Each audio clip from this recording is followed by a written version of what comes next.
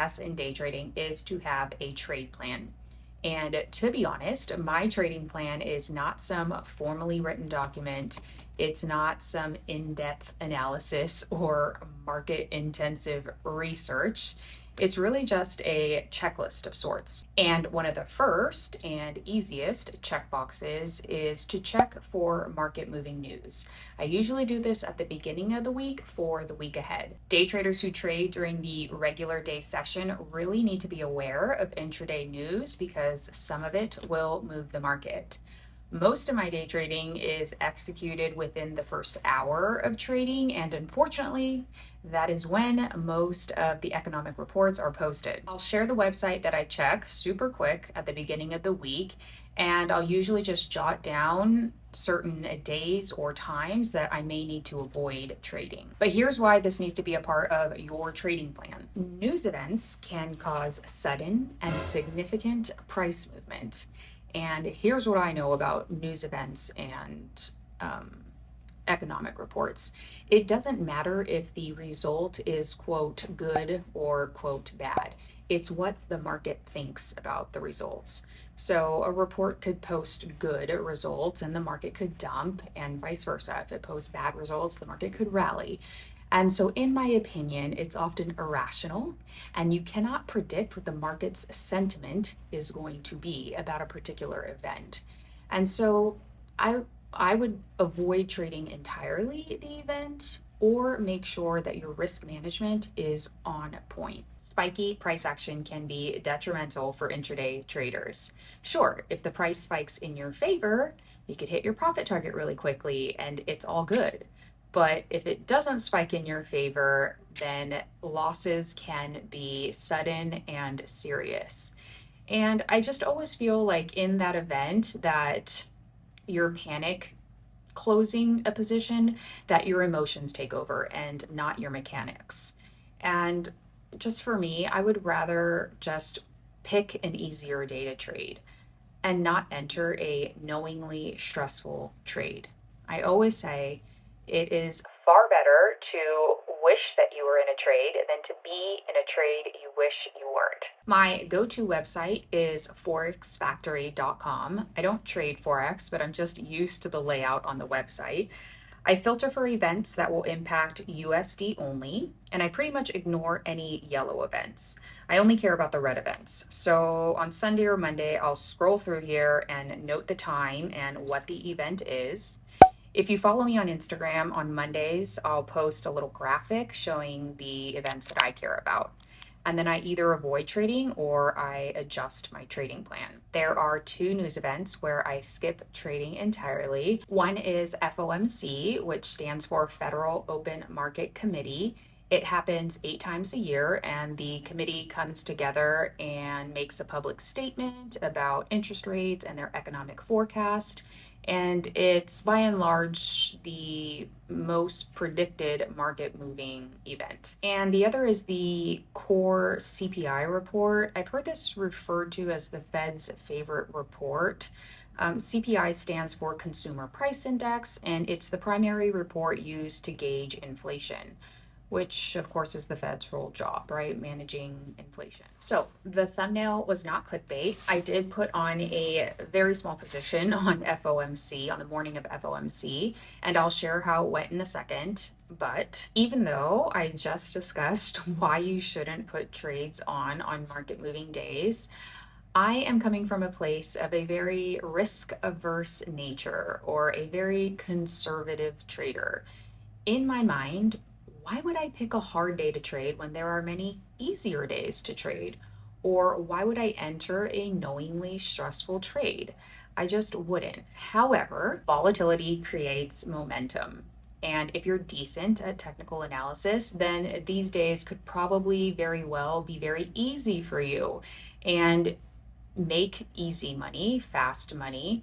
I'm just a very risk averse trader, and so I just tend to avoid days like this, but I recognize that these can be very good get rich quick type of days.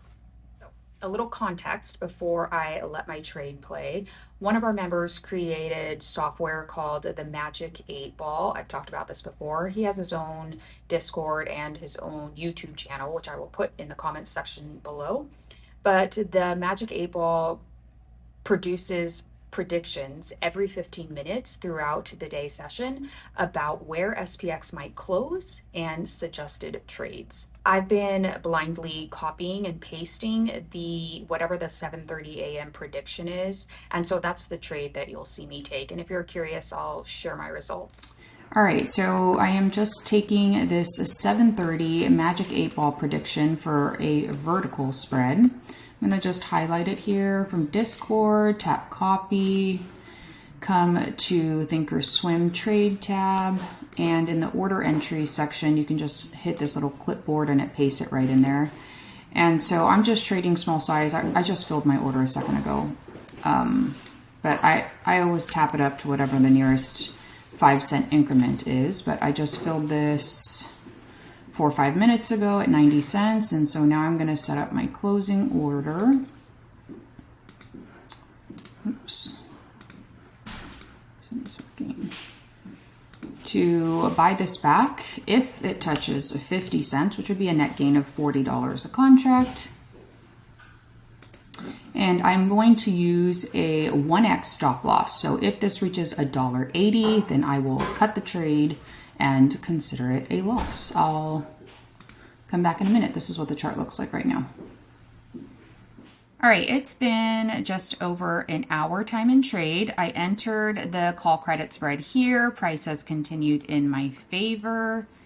And as expected, premium has been pretty slow to decay, but I'm getting close to a fill now. So I will update just as soon as it fills.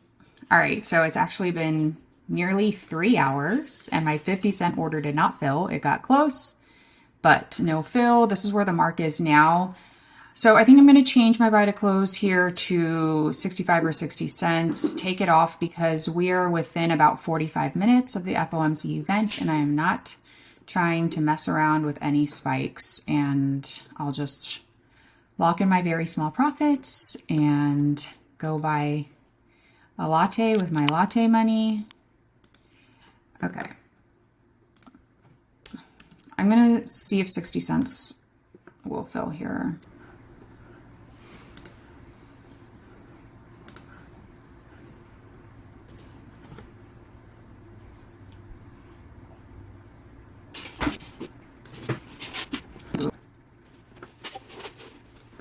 All right, I'm going to update my peoples here, why I'm taking this off.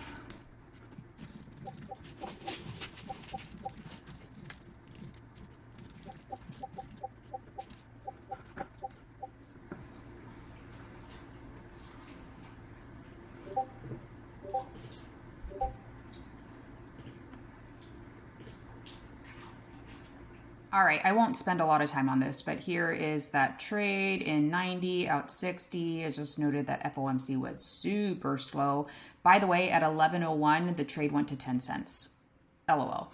So, you know, I'm just sharing, if you're looking for a super easy, always a 5-wide vertical credit spread, in one price, out one price, I always enter these at 7:30. I would say average time in trade is probably 25 minutes.